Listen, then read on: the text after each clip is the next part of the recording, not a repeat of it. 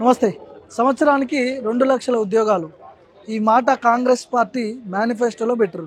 ప్రతిపక్షంలో ఉన్నప్పుడు ఇదే కాంగ్రెస్ పార్టీకి సంబంధించిన నాయకులు నిరుద్యోగులతో బస్సు యాత్రలు చేపించారు. నిరుద్యోగుల తరపున ఇదే ప్రెస్ క్లబ్లో వీళ్ళకి మద్దతుగా మాట్లాడారు. ఉద్యోగాలు ఎక్కడ అని చెప్పి రోడ్ల మీదకి వస్తున్నారు ఉద్యోగులు. మాట్లాడదాం. ఝాన్సీ ఉన్నారు నాతో పాటు. ఝాన్సీ, గత 10 ఏళ్లలో కూడా ఇదే ధర్నాలు, ఇదే ప్రెస్ క్లబ్లలో ప్రెస్ మీట్లు ఇవన్నీ చూసినాం. మార్పు ఏమైనా కనిపిస్తూ ఉందా? మళ్ళీ కొట్లాడుతున్నారు మీరు? గతంతో పోల్చుకుంటే ఇప్పుడు చాలా దారుణమైన పరిస్థితులు ఎదుర్కొంటున్నాం. ఎందుకంటే మేము ఇచ్చిన ఏ ఒక్క వినతి పత్రానికి వాళ్ళ వినతి పత్రాలని పల్లి బట్టానీలో సుట్టనికే పెట్టుకుంటున్నాం. వాళ్ళు ఏం చేస్తున్నా కూడా మాకు తెలుస్తలేదు. వినతి పత్రాలు ఇచ్చి మా కాళ్ళ చెప్పులే అరిగిపోతున్నాయి, కానీ వాళ్ళు నోటిఫికేషన్లు ఇస్తలేరు. కనీసం దాని మీద కరెక్ట్గా స్పందన కూడా మాకు ఇస్తలేరు. అరే మాకు ఉద్యోగాలు కావాలి రాబోయ్ అని చెప్పి మేము లొల్లిలు చేస్తుంటే ఉద్యోగాలు వద్దని చెప్పి ధర్నాలు చేస్తున్నామని పెద్ద పెద్ద సభలలో చెప్తుంటాడు ఈ ముఖ్యమంత్రి. ఆయనకి సోయి ఉందా మళ్ళీ సోయి లేదా అర్థం కాదు మాకు.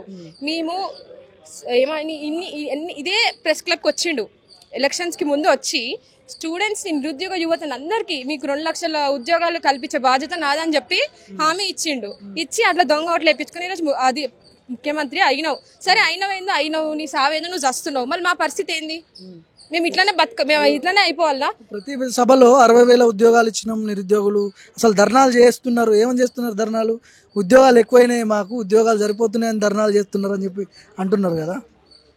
పిచ్చోన్ చేతికి రాయించినట్టుంది రేవంత్ రెడ్డి పరిపాలన. ఎందుకంటే మేము ఉద్యోగాలు కావాలరా భయ్య అని చెప్పి మేము ధర్నాలు చేస్తుంటే వద్దని చెప్పి ఇక నిజాన్ని వక్రీకరిస్తే మేము ఏం చేయాలి? అందుకే ఇట్లా నిరుద్యోగ యువత అంతా తిరగబడుతున్నారు. అవును, మీరు అంటున్నారు కదా 60,000 ఉద్యోగాలు ఇచ్చినారని. మీరు ఆత్మ పరిశీలన చేసుకోండి. మీరు 60,000 ఇచ్చిరా, 11,000 ఇచ్చిరా అనేది.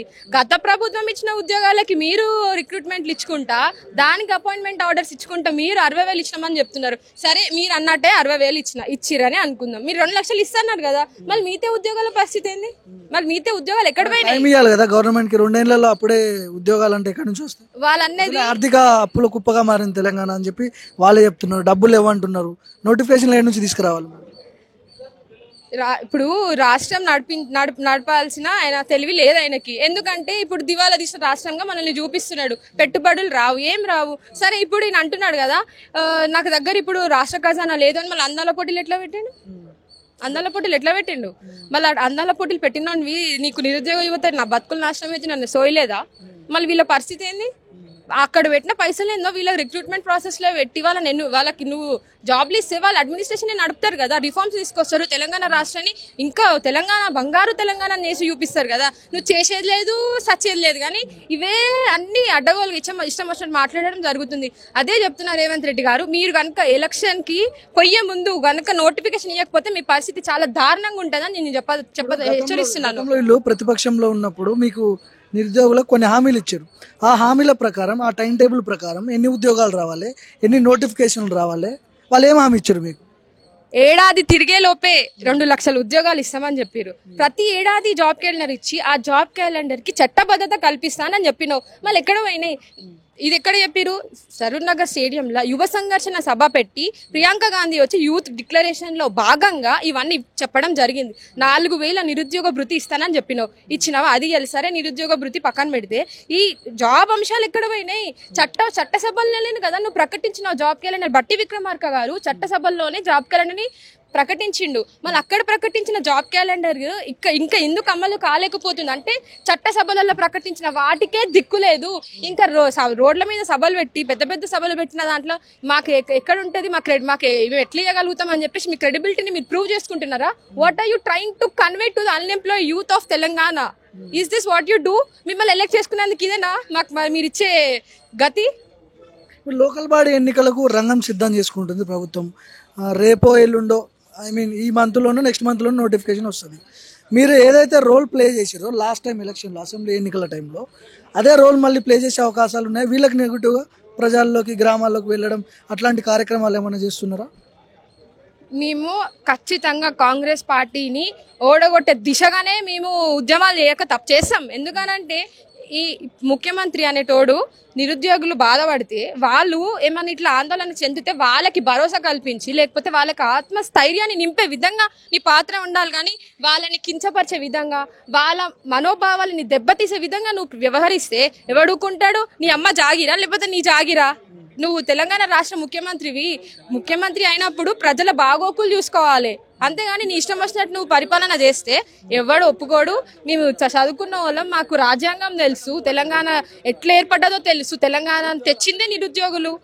ఫస్ట్ ముల్కి ఉద్యమం నుంచి స్టార్ట్ అయింది కదా, ఉద్యోగాల కోసమే కదా స్టార్ట్ అయింది. మరి అట్లా తెచ్చుకున్న వాళ్ళు మేము అంత ఈజీగా ఎట్లా వదిలేస్తాం? ఖచ్చితంగా మేము ఇప్పుడు ఎలక్షన్లకు వస్తాడు కదా, ఏ ముఖం పెట్టుకొని వస్తాడు, గల్లా పట్టుకొని అడుగుతాం. ఆయన జాబ్ నోటిఫికేషన్ కనుక ఇవ్వకుండా ఎలక్షన్లకు వస్తే గల్లా పట్టుకొని అడుగుతాం, మేము క్యాలెండర్ ఎక్కడ పోయింది, నీ నోటిఫికేషన్లు ఎక్కడ పోయినాయి, ఒక్క రిక్రూట్మెంట్ అన్నా చేసినావా, నీ చిత్తశుద్ధి ఇదేనా? ఇప్పుడు గ్రూప్ 1 రివాల్యూషన్ అంటున్నారు, ఏంది ట్రాన్స్పరెన్సీ అంటే ఇదేం ట్రాన్స్పరెన్సీ అయ్యా? నాకు అర్థం కాదు. ఎన్నిసార్లు రాయాలి ఎగ్జామ్లు, ఎన్నిసార్లు కరెక్షన్లు చేపిస్తారు? ఇదేనా ప్రక్షాళన? టీజీపీఎస్సీ ప్రక్షాళన అంటే టీఎస్పీఎస్సీ నుంచి టీజీపీఎస్సీకి మారింది, గదే ప్రక్షాళన. కానీ లోపల ఉన్న వాళ్ళు ఎవరు మారలే, అది ఎట్లా ఉండాలో అట్లనే ఉంది. ఇప్పుడు మీరు ధర్నాలు చేస్తుంటే, ఇట్లా ప్రెస్ మీట్లు పెడుతుంటే, మీతో ఒక పార్టీ మిమ్మల్ని ముందు పెట్టి రెచ్చగొట్టి ప్రెస్ మీట్లు పెట్టిస్తుంది, బీఆర్ఎస్ పార్టీ అని చెప్పి రెచ్చగొడుతుంది అని చెప్పి కాంగ్రెస్ వర్షన్, ఎట్లా చూస్తారు? కాంగ్రెస్ పార్టీ కొంచెం బుద్ధి ఉండాలి ఆ మాట అనడానికి. వాళ్ళే కదా ఎన్నికల ముందు వచ్చి అశోక్ నగర్ కి ఏమంటారు, అది ఇన్స్టిట్యూట్లకు వచ్చి స్టూడెంట్స్ కి లెక్చర్లు ఇచ్చి పోయారు కదా సార్ల తీరు. వచ్చి మీరు కాంగ్రెస్ పార్టీకి ఓటేయండి, కాంగ్రెస్ పార్టీ వస్తే మీకు అదైతుంది ఇదైతుంది అని ఏం చేసిరు ప్రతిపక్షంలో? అప్పుడు అది చేసిరు. ఇప్పుడు ప్రతిపక్షాలు ఎవరు వస్తున్నారండి ప్రతిపక్షాల దగ్గరికి? మీరు చక్కగా లేరని మేము ప్రతిపక్షాల దగ్గరకు పోతున్నాం. జెన్యూన్ ఉద్యమమే. మా వెనుకలు ఎవరున్నారు నిరూపించమని మళ్ళీ అదైనా సరే దమ్ముంటే. ఇగో మా సమస్య తీర్చడానికి ఆయనకి చాతను కాక ఇవన్నీ మాటలు మాట్లాడుతున్నాడు. నువ్వు ఎన్ని మాట్లాడుకో, ఎన్ని చేసుకో, మేము ఇట్లనే చేస్తాం, మేము ఉద్యమాలు ఇంకెక్కువనే చేస్తాం. మా వెనకాల ఎవ్వరు లేడు, నిజమైన నిరుద్యోగులే ఉన్నారు. మా స్తోమత సరిపోకపోతే, మా శక్తి సరిపోతే బరాబర్ మేము ప్రతిపక్షాలు సపోర్ట్ తీసుకుంటాం. ఏం చేస్తావు నువ్వు రాలేదా ప్రతిపక్షంలో ఉన్నప్పుడు? నువ్వు వచ్చి మమ్మల్ని రెచ్చగొట్టలేదా? ఇప్పుడేంది నువ్వు మాట్లాడే అధికారం మీకు లేదండి, మీకు లేదు. ఇప్పుడు ఏం చేయాలి? ప్లాన్ ఏంటి? లోకల్ బాడీ ఎన్నికలు వస్తున్నాయి, ఏం చేయబోతున్నారు? లోకల్ బాడీ ఎలక్షన్స్ లో ఇప్పుడు చెప్పినాం కదా, తెలంగాణ బచావో డిమాండా, రిక్వెస్టా, ఆర్డరా, ఏంటి? ఏం చేయబోతున్నారు? ఆర్డరే, డిమాండే, హెచ్చరిస్తున్నాం. రిక్వెస్ట్లు అయిపోయినాయి, రిక్వెస్ట్లు జమానా పోయింది. ఇప్పుడు రిక్వెస్ట్లు ఎవరు ఇచ్చేది లేదు, మేము హెచ్చరిస్తున్నాం. ఎందుకంటే ఒక ఆయన వస్తాడు 60,000 అంటాడు, ఇంకో ఆయన వస్తాడు 75,000 అంటాడు, ఇంకో ఆయన వస్తాడు 1,00,000 అంటాడు, ఇంకొన్ని వాళ్ళు అయితే 2 లక్షలు చేస్తారు. ఇంకేంది, ఇంకెక్కడ వస్తే ఉద్యోగాలు ఇట్లా చేస్తే? అందుకే మేము వాళ్ళని రిక్వెస్ట్ చేసేది లేదు, తొక్కలేదు. మేమైతే ఖచ్చితంగా ఉద్యమాలే చేస్తాం. మీరు చెప్పండి, ఎక్కడి నుంచి వచ్చారు మీరు? ఖమ్మం సార్, మాది ఇంజనీరింగ్ ఆస్పిరెంట్స్ అండి. 2017లో డిప్యూటీ సర్వేర్ పోస్టులు పడ్డాయండి. అప్పుడు అదే లాస్ట్ నోటిఫికేషన్ 17 273 పోస్టులు పడ్డాయి 2017లో. దాని తర్వాత ఇప్పుడు 1000 పోస్టులు ఖాళీగా ఉన్నాయండి. 1000 పోస్టులు ఖాళీ. మేము పొంగులేటి శ్రీనివాసరావు సార్ని కలిస్తే ఆయన ఏమన్నాడంటే, వేస్తాం బాబు, లైసెన్స్ సర్వేర్లానే సివిల్ వాళ్ళని తీసుకున్నాడు. అది కూడా ఉత్తగా తీసుకోలేదు, విఆర్ఓ తీసుకుంటా అన్నాడు. ఆ లైసెన్స్ సర్వేర్లో వేరే స్టేట్లో ఎక్కువ మంది ఉన్నారు, ఇక్కడ తక్కువ మంది అన్నారు. విఆర్ఓ వ్యవస్థ తీసైతే ఆ లైసెన్స్ సర్వేలు వీళ్ళకి ఇస్తా అన్నాడు. మేము ఫైట్ చేసి సెక్రటేరియట్ ముట్టడి అంతా ఫైట్ చేస్తే అప్పుడు మా సివిల్ వాళ్ళకి NAC ద్వారా లైసెన్సులు ఇప్పించి ట్రైనింగ్ ఇప్పించి ఇప్పుడు చేపిస్తున్నాడు. అందులో వాళ్ళందరూ లైసెన్స్ సర్వేలు అందరూ సర్వే చేసిన తర్వాత దానిపైన ఒక ఇంజనీర్ సర్వేయర్ ఉంటాడు, గవర్నమెంట్ సర్వేయర్. ఆయన సైన్ చేస్తేనే ఎంఆర్ఓ నుంచి కానీ అటు పైకి వెళ్తుంది. సో ఇప్పుడు ఒక 1000 పోస్టులు ఖాళీ ఉన్నాయి, డిప్యూటీ సర్వేయర్ పోస్టు 1000 పోస్టులు ఖాళీ ఉన్నాయి. మేము రిక్వెస్ట్ చేసిన, సార్ 1000 పోస్టులు కొద్దిగా రిలీజ్ చేయండి, అవసరమే ఉంది కదా, భూభారత చట్టం తెచ్చారు కదా, మేము కూడా సివిల్ ఇంజనీర్స్ అవసరమే కదా అని అంటే 500 పోస్టులు రిలీజ్ చేస్తాడు ప్రతిసారి అండి. 1 కాదు 2 కాదు, ఏం లేదు, చేయలేదు. ఇప్పుడు అదే కదా 2017లో అప్పుడు ఇప్పుడు 1000 పోస్టులు ఖాళీ ఉన్నాయి, భూభారత చట్టం తెచ్చారు, మీరన్నా చేయాలి కదా ఇంప్లిమెంట్. డిప్యూటీ సర్వేర్లు కావాలి కదా, 1000 పోస్టులు ఖాళీ ఉన్నాయి, ఒక 500 రిలీజ్ చేస్తారు, చేయండి. అది చేయాలి. ఏం డిమాండ్ చేస్తున్నారు ఇప్పుడు ఈ ప్రెస్ మీట్ ద్వారా? ఏం చెప్పారు? నోటిఫికేషన్స్ రిలీజ్ చేయాలి సార్. ఫస్ట్ ఇంజనీరింగ్ ఏదైనా ఒక నోటిఫికేషన్ కావాలంటే ఎలక్షన్స్ ద్వారా కొంతమంది వెళ్తారు స్టంట్, ఏదో పెద్ద డిఎస్సి అని, SIPC అని, ఇంకా పెద్ద నోటిఫికేషన్ గ్రూప్స్ అని. మా ఇంజనీరింగ్ నోటిఫికేషన్ అట్లుండదు, టెక్నికల్ పోస్ట్ అంటే అట్లుండవు, అవసరం ఉంటే వేస్తారు. ఇప్పుడు అవసరం ఉంది, డిప్యూటీ సర్వేర్ పోస్టులు అవసరం ఉంది. ఇంకొకటి AW 2022లో కేసీఆర్ గారు ఫైనాన్స్ క్లియరెన్స్ చేశారు, R&B పంచాయతీరాజ్. మొన్న ఇరిగేషన్లో ఇరిగేషన్లలో ఇంప్లిమెంట్ చేశారు, అవి కూడా క్లియరెన్స్ అయినాయి అనమాట. కొన్ని డిపార్ట్మెంట్ అవి కూడా ఇంప్లిమెంట్ చేశారు. 2022లో బడిన నోటిఫికేషన్ ఇంతవరకు పర్లేదు. మీ డిపార్ట్మెంట్ కూడా తెలిసిన వాళ్ళతో రిక్వెస్ట్ అడిగితే అవసరం ఉంది, మీ డిపార్ట్మెంట్ పంపించను. డిపార్ట్మెంట్ ఫైనాన్స్ క్లియరెన్స్ కూడా చేసింది. R&B పోస్టులు 240 పోస్టులు, పంచాయతీ రాజులలో 250 పోస్టులు, మొన్న ఇరిగేషన్లలో, మున్సిపాలిటీలలో, ఇలా అన్ని డిపార్ట్మెంట్ ఫైనాన్స్ క్లియరెన్స్ అయినాయి. కొన్ని ఉన్నాయి, అవన్నీ రిలీజ్ చేస్తారు. అవసరం, డిపార్ట్మెంట్కి అవసరం ఉంది. ఇప్పుడు గవర్నమెంట్ కనుక ఓకే చెప్తే అమ్మడే రిలీజ్ చేయడానికి రెడీగా ఉంది. అందుకనే job calendar 2 times job calendar పెట్టారు. Before local body election before MLA elections అప్పుడు పెట్టారు. అప్పుడు జాబ్ క్యాలెండర్లో ఫస్ట్ ఇంజనీరింగ్ నోటిఫికేషన్లో ఉంది. ఎందుకంటే అవసరం, ఫైనాన్స్ క్లియరెన్స్ అయ్యి కూడా ఉంది. కేసీఆర్ చేసి వెళ్ళాడు, అవసరం ఉంది. తర్వాత మళ్ళీ ఫైట్ చేస్తే అఫీషియల్గా అసెంబ్లీలో ప్రవేశపెట్టారు. అందులో కూడా ఫస్ట్ మాయే ఉండే అక్టోబర్ 2024 ఎగ్జామ్, ఇప్పుడు జనవరి 25 అయిపోయింది. ఇప్పుడు ఏం చెప్పదలుచుకున్నారో చెప్పండి, చివరిగా చెప్పండి. ఓవరాల్ గా ప్రభుత్వానికి ఏం చెప్తున్నారు? మేము ఒకటే చెప్తున్నాం సార్, మా నోటిఫికేషన్ రిలీజ్ చేయండి. ఒకటి ఫైనాన్స్ క్లియరెన్స్ అయింది, ఇంకొకటి ఏమంటున్నారు ఫైనాన్స్ డబ్బులు లేవు. ఎవరి వల్ల డబ్బులు లేవు? మా వల్ల లేవా, మీ వల్ల లేవా, ఎవరి వల్ల లేవు?